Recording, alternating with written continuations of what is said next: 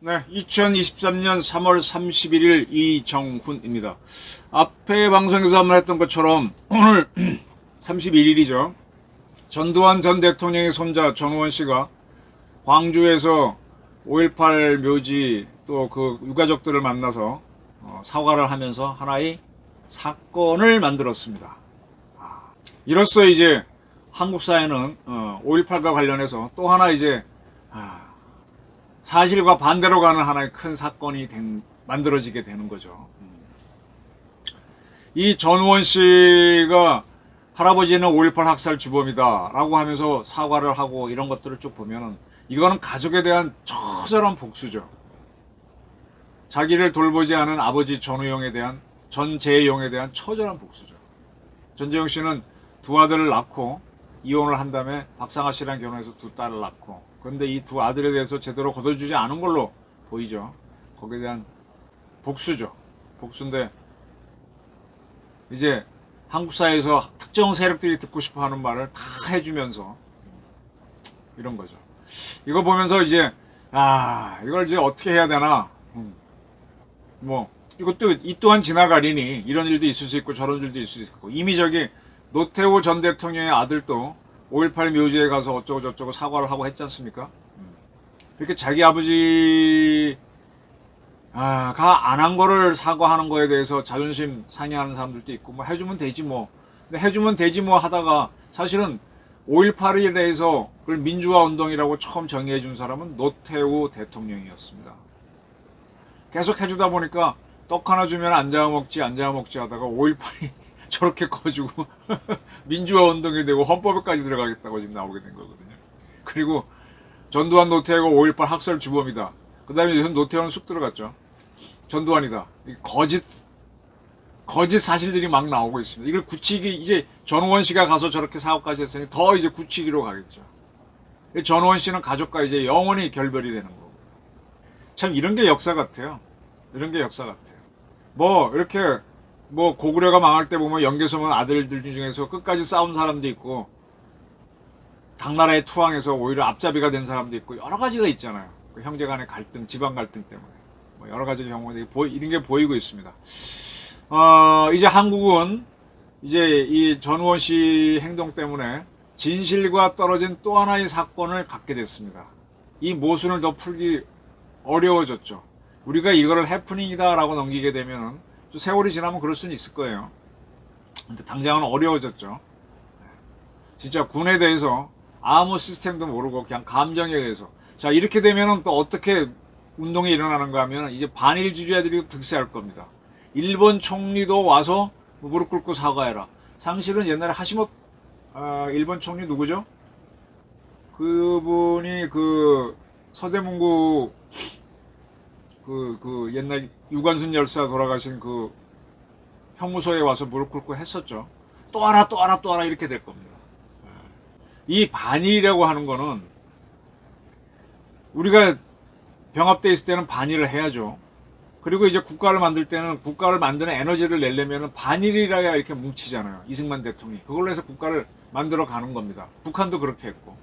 근데 국가를 해서 만들어 놓은 다음에 경제 발전을 하려면 경제를 해야 되는데 돈을 들어오는 데가 일본밖에 없다. 근데 일본하고 수교를 하는 거죠, 박 대통령이. 그래서 쭉 키웠습니다.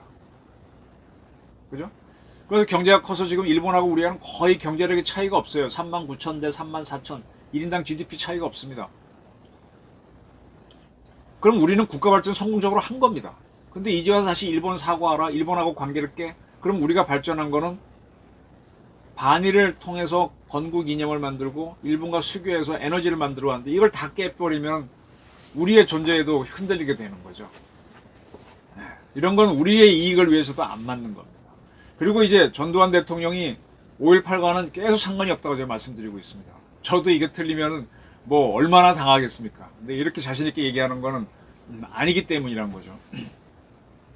그럼 대한민국이 이승만이라고 하는 분이 부정선거를 했고 독재를 했다. 그것만 보면 그렇지만 그 양반이 나라를 만들기 위해서 그냥 미국에서 노력해오고 그 다음에 건국기고 혼란기에 정부는 세워야 된다 쭉쭉 나가고 전쟁 때 끌고 나온 거 보면 탁월하잖아요. 공과가 있는데 그걸 다 부정하면 어떻게 되겠습니까? 또 박정희도 다 부정하면 5.16 자체를 부정하게 되면 어떻게 돼요? 또 전두환을 부정하면 어떻게 돼요? 이 국가를 만드는 과정에서 그런 것들이 필요해서 쭉 온 거거든. 그럼 광주 5.18을 국가가 그냥 내비두고 가면은 그 국가가 제대로 되겠습니까? 안 되는 겁니다. 그래서 우리가 이렇게 모순을 안고 갑니다. 이 모순을 잘 풀어내고 객관적인 팩트를 딱 차지해서 한 세월이 지나면 이걸 잡긴 잡을 겁니다. 끝까지 이걸 허위로 간다 그러면 조선처럼 썩은 나라가 되죠. 고정이 이끌고 순종이 이끌은 철종이 이끌었던 엉터리 국가가 돼서 패망으로 가겠죠. 그런 나라가 되지 않기를 하려면 이런 것도 겪으면서 후울하게 봐야 됩니다. 이제는 제가 바라는 건 그거예요. 대한민국의 쟁쟁한 학자들에 대해서는 별로 기대를 안 해요. 학자들은 상당히 판단도 늦고 눈치 보다가 늦게 하고 결국은 각 신문사 기자들이 제일 빠른데 신문사의 이제 논설위원들이 있죠. 주필들. 그런 사람들이 이런 사건이 생겼을 때 딱딱 판단을 해줘야 돼요. 저는 언론이 그런 면에서는 굉장히 중요합니다. 그리고 국회의원들이 판단을 해줘야 돼요. 근데 어떻게 보면 주필과 논설위원들이 훨씬 중요합니다. 그분들이 잘못된 시각을 갖고 있으면 또 한동안 확 쏠려가 버리죠. 아닌 건 아니다라고 얘기해야 되는 거예요. 그래서 곡필이냐 지필이냐가 문제가 되는데 이제 그런 문제에 우리가 부닥치네요.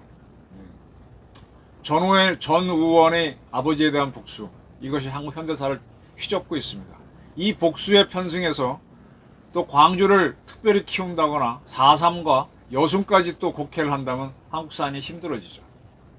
그리고 5.18은 전 의원의 사과를 받았으면 명단 한번 공개해야 됩니다. 주는 건 다 먹고 자기는 못 내놓겠다, 이런 거는 없습니다. 세상은 돌고 도는 거거든요.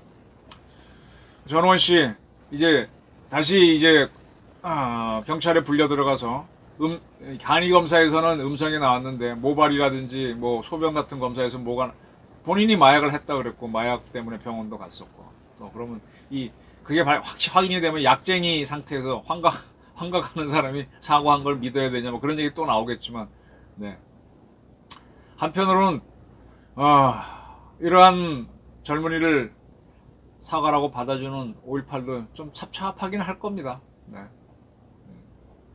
한국 현대사가 이렇게 요동치고 있습니다.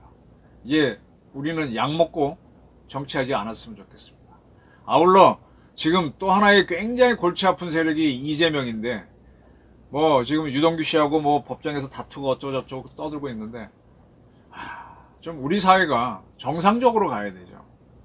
이 전원이 같은 친구가 하는 행동도 우선 자기 조상이 그랬으면은 좀 뭐 이게 꿋꿋함이 있어야 되는데 나약함도 그렇고 가족에 대한 복수도 그렇고 그것도 문제고 이재명처럼 지난번에 뭐 자기 조상 부모님 산소에 흉매가 들었다 그랬는데 결국은 생명기 아주 좋은 글자가 쓰여있고 땅 파놓은 거는 자기네 가족들 일가가 십자가 세우려고 한 거고 아무것도 아닌 걸로 설명됐잖아요. 그냥 어떡하든 요리조리 모면하고 도망다니고 법카비라든지 뭐 아들 문제 이런 사람들 이것도 이제 우리가 제거를 해나가야 되죠. 한국 정치가 많은 모순을 보이면서 가고 있습니다. 이런 것들을 풀어내는 게 정치력인데 하나씩 풀어갔으면 좋겠습니다. 이 전 의원 때문에 하나도 복잡해진 광주 문제를 우리는 다시 풀어내는 그런 의지를 가져야 될 것 같습니다. 저희 의견이었습니다.